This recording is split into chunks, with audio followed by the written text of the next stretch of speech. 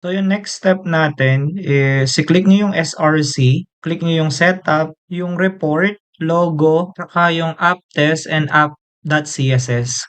Right click and then delete. And then move to recycle bin, click nyo lang yon and okay na. Next is i-click nyo lang ulit yung SRC natin and then create folder. Lagay nyo lang yung asset and then next is components. So make sure naka-click yung SRC nyo kasi under niya yung dalawang folder na yan. So next, under ng components natin, magke-create tayo ng folder na navbar, tapos hero, and then after niyan, nagalagay ulit tayo ng footer. So yun yung tatlong folder natin under ng components. So after niyan, under naman ulit ng SRC natin, maglalagay tayo ng new folder and tatawagin natin siyang pages. And then, magkakreate ulit tayo ng new folder under SRC and tatawagin natin siyang services.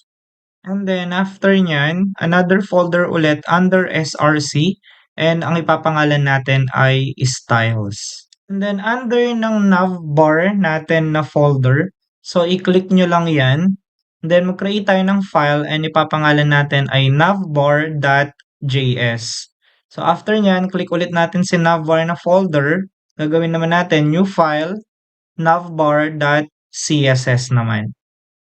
Ayan. Now, after that, sa hero naman tayo. So, ang gagawin natin ay hero.css under ng hero folder natin. I mean, JS. And then, hero.css naman for our style later on. And after that, sa footer naman, create file, footer.js. And then, yung next will be footer.css. So, yan yung mga files na gagamitin natin for this kind of project. Now, ang gagawin natin, medyo mali kasi yung construct ng folder ko. Make sure na yung tatlong folder natin, under talaga sila ng components natin.